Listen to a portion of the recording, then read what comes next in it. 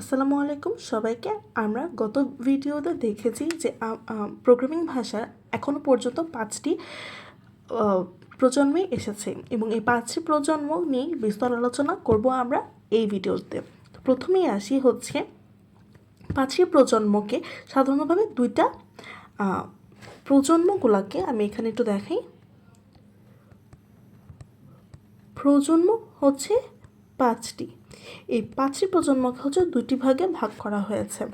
একটা হচ্ছে প্রজন্ম 5টি এবং দুইটি ভাগ হচ্ছে দুইটা লেভেল, একটা হচ্ছে লো লেভেল এবং একটি হচ্ছে হাই লেভেল।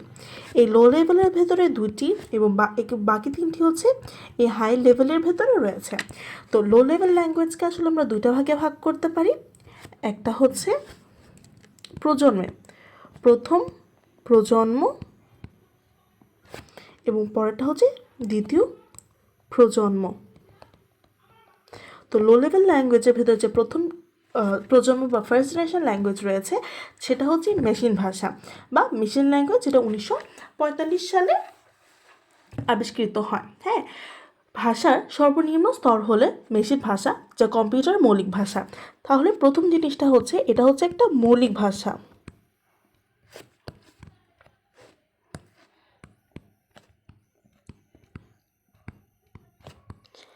তার মানে এর পরবর্তীতে যতগুলো ভাষা এসেছে প্রত্যেকটাই যৌগিক এবং দিন শেষে কম্পিউটার এই মৌলিক ভাষায় বুঝতে পারবে। মেশিন ভাষায় 0 ও 1 এই দুই বাইনারি অঙ্ক অথবা হেক্স পদ্ধতি ব্যবহার করে সব কিছু লেখা হয়। এই মৌলিক ভাষার হচ্ছে দুইটা অঙ্ক আছে, 0 কিংবা 1। হ্যাঁ, এই দুইটা ব্যবহার করে হয় সেটা বাইনারিতে আমার লিখতে হবে, সরি, বা আমার হেক্সা পদ্ধতি। এই দুইটা পদ্ধতি একটাতে লেখা হয়। কম্পিউটার একমাত্র মেশিন ভাষায় বুঝতে পারে, অর্থাৎ এই মেশিন ভাষা কম্পিউটার আমাদেরকে মেশিন ভাষায় বুঝতে পারবে। এর আগের বারও বলা হয়েছিল, আগের ভিডিওতে আমি বলেছিলাম যে আমরা অন্য যে কোনো ভাষাতেই লিখি না কেন এটাকে সোর্স যদি বলি, হ্যাঁ, সোর্স, এবং এটা হচ্ছে অবজেক্ট। এই সোর্স থেকে অবজেক্টে একটা ট্রান্সলেটর ইউজ করা হয়। হ্যাঁ, এই সোর্স কোড এটাকে হচ্ছে আমরা সোর্স ল্যাঙ্গুয়েজ বলতে পারি।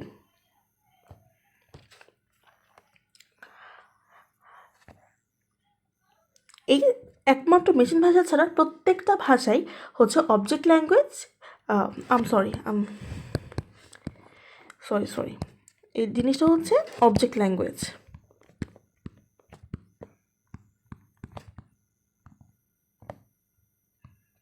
এখানে যেটা বলতেছিলাম, সোর্স ল্যাঙ্গুয়েজগুলোকে ট্রান্সলেটার মাধ্যম দিয়ে হচ্ছে অবজেক্ট ল্যাঙ্গুয়েজে হচ্ছে পরিণত করলে সেটা হচ্ছে আমাদের কম্পিউটার বুঝে। এছাড়া হ্যাঁ, কম্পিউটার অন্য কোনো ভাষা বা অন্য কোনো সোর্স ল্যাঙ্গুয়েজ বা সোর্স কোড সে বোঝে না। প্রথম প্রজন্মের কম্পিউটার সব প্রোগ্রামে একমাত্র মেশিন ভাষাতেই করতে হয়, কিন্তু মেশিন ভাষায় প্রোগ্রাম তৈরির অত্যন্ত জটিল এবং পরিশ্রম, সময় সাপেক্ষ বলে বর্তমানে কেউ হচ্ছে মেশিন ভাষাটা ইউজ করে না। মেশিন ভাষা ইউজ না করার প্রথম রিজন হচ্ছে, তাহলে এটাকে আমরা কনস লিখতে পারি, যে কনসগুলো কি, একটা হচ্ছে জটিল, 2 নাম্বার হচ্ছে সময় সাপেক্ষ,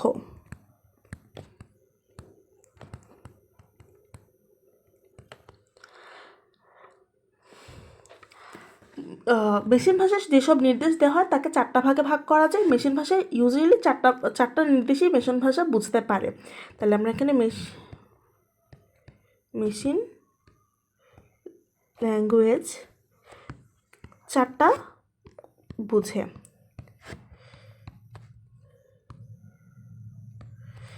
চারটার মধ্যে একটা হচ্ছে সে গাণিতিক, তাকে কোনো গাণিতিক কাজ করতে বলে সে বুঝে, অর্থাৎ অ্যাডিশন, সাবট্রাকশন, মাল্টিপ্লিকেশন, ডিভিশন। এরপর সে হচ্ছে নিয়ন্ত্রণ, অর্থাৎ কন্ট্রোল করতে জানে। কী ধরনের কন্ট্রোল? তার মানে আমি ওকে দ্বারা লোড অর স্টোর করতে পারবো। সে ইনপুট অথবা আউটপুট। আইও এর অর্থাৎ হচ্ছে ইনপুট অর আউটপুট। সেই ইনপুট করা মানে হচ্ছে পড়ো, আউটপুট হচ্ছে লিখো। পড়ো ও লিখো। এবং সর্বশেষ যে কাজটা পারে, সর্বশেষ যে কাজটা সে করে সে হচ্ছে সে ডিরেক্ট ইউজ করতে হয়, প্রত্যক্ষ ব্যবহার।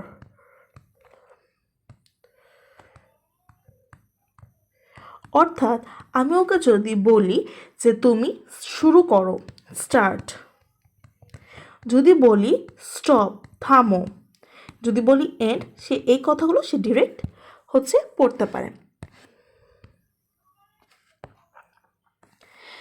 মেশিন ভাষার সুবিধা অসুবিধাগুলো বলে লিখেছি, তারপর আরেকবার বলে দিচ্ছি। হ্যাঁ, মেশিন ভাষায় কিছু সুবিধা এবং কিছু অসুবিধা রয়েছে। সুবিধাগুলো হচ্ছে এরা সবগুলো ভাষা থেকে সবথেকে কম লজিক এরা ব্যবহার করে। তার মানে আমার 1 নম্বর সুবিধা হচ্ছে লেস লজিক। 2 নম্বর সুবিধা হচ্ছে যেহেতু ওদেরকে ইউজ করার জন্য আমার কোনো ট্রান্সলেটর বা অনুবাদক দরকার হয় না, এবং ওদেরকে আমি ডিরেক্ট হচ্ছে বোঝাতে পারি আমি কি বলতেছি, এই কারণে আমাদের মেমোরি খরচ হয় লেস। 3 নম্বর সুবিধা হচ্ছে যেহেতু এই ভাষা হচ্ছে অন্য ভাষায় রূপান্তর করতে হয় না, মেশিন ভাষা ডিরেক্ট হচ্ছে কম্পিউটার বুঝতে পারে, তাই এই ভাষা অন্য ভাষা হতে ফাস্টার বা দ্রুত কাজ করে, এবং সব থেকে দ্রুত, নট ফাস্টার, অ্যাকচুয়ালি এটা হচ্ছে ফাস্টেস্ট। এই ভাষার থেকে অন্য কোনো ভাষা দ্রুত কাজ করতে পারে না। এবং 4 নাম্বার হচ্ছে এই ভাষা দিয়ে বর্তনী অর্থাৎ মেমোরি অ্যাড্রেসের সাথে সরাসরি সংযোগ করা সম্ভব, তাই কম্পিউটার বর্তনীর ভুল ত্রুটি সংশোধনের জন্য এই ভাষা ইউজ করে। 4 নাম্বারটা হচ্ছে যেহেতু আমার সার্কিটগুলা এই ভাষায় হচ্ছে বুঝে, সার্কিটটাকে ইজিলি রিপেয়ার করা সম্ভব। নট অ্যাকচুয়ালি রিপেয়ার, এটা হচ্ছে সংশোধন, ভুল সংশোধন যেটা করে সেটা। এটা হচ্ছে আমার এটা কি আমার পজ। এখন আমি যদি কনসগুলো দেখতে যাই, তাহলে সবচেয়ে প্রথমে আমার যে জিনিসটা দেখতে হবে যে মেশিন ভাষায় প্রোগ্রাম লেখা অনেক ক্লান্তিকর এবং অনেক বেশি সময় সাপেক্ষ। কেন সময় সাপেক্ষ? যেহেতু আমার এইগুলা হচ্ছে সবগুলা লজিকে লিখতে হচ্ছে, এই কারণে আমার প্রচুর সময় যাচ্ছে শুধুমাত্র নিজের ভাষাটাকে মেশিন ভাষায় চিন্তা করে লিখতে। তার মানে একটা হচ্ছে মোর টাইম। এই সবগুলো তোমরা তোমাদের বইতে পেয়ে যাবা, আমি ইংলিশে লিখছি। হ্যাঁ, এবং হচ্ছে আসলে আমার এখান থেকে তো কেউ আসলে পড়বে না, জাস্ট এগুলো হচ্ছে মাথায় রাখার জন্য। দ্বিতীয় নাম্বার হচ্ছে যে এইখানে যদি আমরা কোনো ভুল করে থাকি, সেই ভুল বের করা প্রায় অসম্ভব একটা জিনিস। হ্যাঁ, তার মানে হচ্ছে আমি চাইলেই এটাকে ডিবাগ করতে পারবো না। Debug kind of impossible or toughest.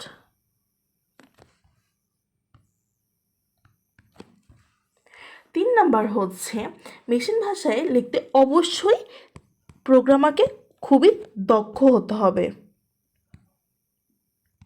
দক্ষতা। এবং 4 নাম্বার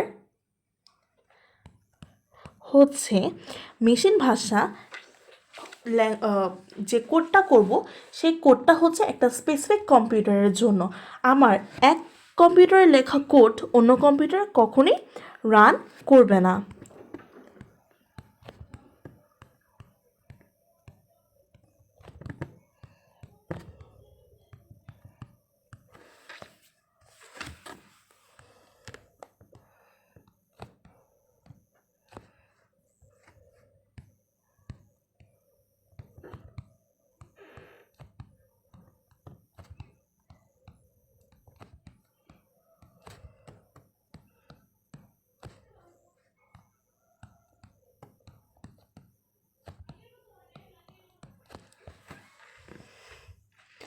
এখন আমরা আসি অ্যাসেম্বলি ভাষা। এই অ্যাসেম্বলি ভাষাকে আমরা দ্বিতীয় প্রজন্ম বা সেকেন্ড জেনারেশন ল্যাঙ্গুয়েজ বলতে পারি। সেকেন্ড প্রজন্ম যখন 1945 সালে আমরা দেখতে পারি যে মেশিন ভাষাটা বেশ কষ্টসাধ্য, 1950 সালে অ্যাসেম্বলি ভাষা হচ্ছে আবিষ্কৃত হয়। অ্যাসেম্বলি ভাষাকে হচ্ছে সিম্বলিক বা হচ্ছে সাংকেতিক ভাষাও বলা হয়, কারণ এখানে আমরা প্রায় সব কিছু হচ্ছে সংকেতে ব্যবহার করব। হ্যাঁ, তারপরে হচ্ছে এছাড়া নৌমানিক, একে নৌমানিক অর্থাৎ হচ্ছে বড় সংখ্যাকে বা কথাকে মনে রাখার সুবিধা যেটা বলা হয় নৌমানিক কোড, হ্যাঁ, সেটা ব্যবহার করা হয়। যেমন অ্যাকুমুলেটর রাখা এর নৌমানিক কোড হচ্ছে এলডিএ। এছাড়া আমরা আরও দেখব যে এই অ্যাসেম্বলি ভাষার হচ্ছে 4টি অংশ থাকতে পারে। অ্যাসেম্বলি ভাষার অংশ হচ্ছে 4টা। প্রথমটা হচ্ছে লেবেল, তারপর হচ্ছে অপকোড, তারপর হচ্ছে অপারেন্ট, এবং তারপরটা হচ্ছে কমেন্ট বা মন্তব্য। লেবেল কি? লেবেল হচ্ছে সাধারণত আমি যদি বলি, হ্যাঁ, আমি যদি এখন কথার কথা যে এটা হচ্ছে আমার নাম কি বলবো, এ বি সি, এবিসির ভেতরে কাজ হবে এ প্লাস বি, বা এ প্লাস বি কাজ শুধু লেখা যাবে না, এটার মধ্যে লিখলাম, আচ্ছা কথার কথা এ প্লাস বি। এই অফ কোডে আমার যেটা হবে সেটা হচ্ছে অ্যাড।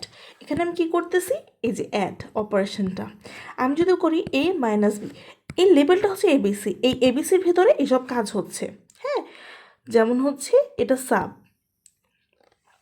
এছাড়া হচ্ছে ক্লিয়ার হতে পারে, তারপর হচ্ছে এলডিএ হতে পারে। এলডিএ হচ্ছে মেইন মেমোরিটাকে একটা নির্দিষ্ট অবস্থানের সংখ্যা অ্যাকুমুলেটর রাখা। হ্যাঁ, অপারেন্ট, অপারেন্ট কি? এখানে সাধারণত আলফা নিউমারিক বর্ণের দ্বারা হচ্ছে অপারেন্ট অবস্থানে অ্যাড্রেস বোঝানো হয়। আলফা নিউমারিক মানে কি? A1 B2 বা A, এই টাইপের। হ্যাঁ, এখানে আমি করতে এই ধরনের আলফা নিউমারিক কোড দিয়ে আমরা অপারেন্টের অবস্থান বোঝাবো যে এই অপারেন্টটা কোথায় আছে। কমেন্ট, এটা আসলে আমাদের বোঝার সুবিধাতে যে প্রোগ্রামার তাকে বোঝাবো যে এখানে হচ্ছে আমি অ্যাডিশন করেছি, সরি,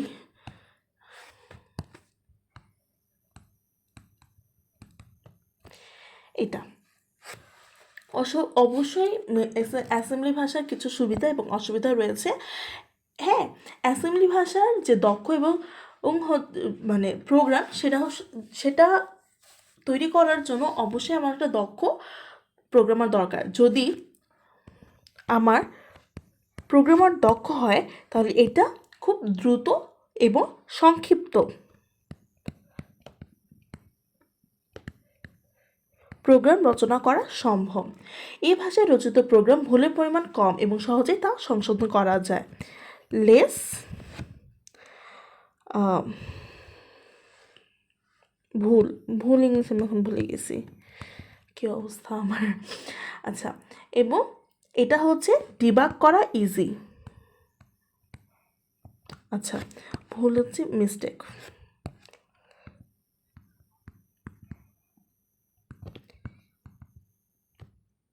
ইজি টু ডিবাগ। তারপরে হচ্ছে এটা হচ্ছে মেশিন সংগঠনের উপর নির্ভরশীল, ব্যবহারের জন্য কম্পিউটার অভ্যন্তরীণ সংগঠনের ধারণা দরকার।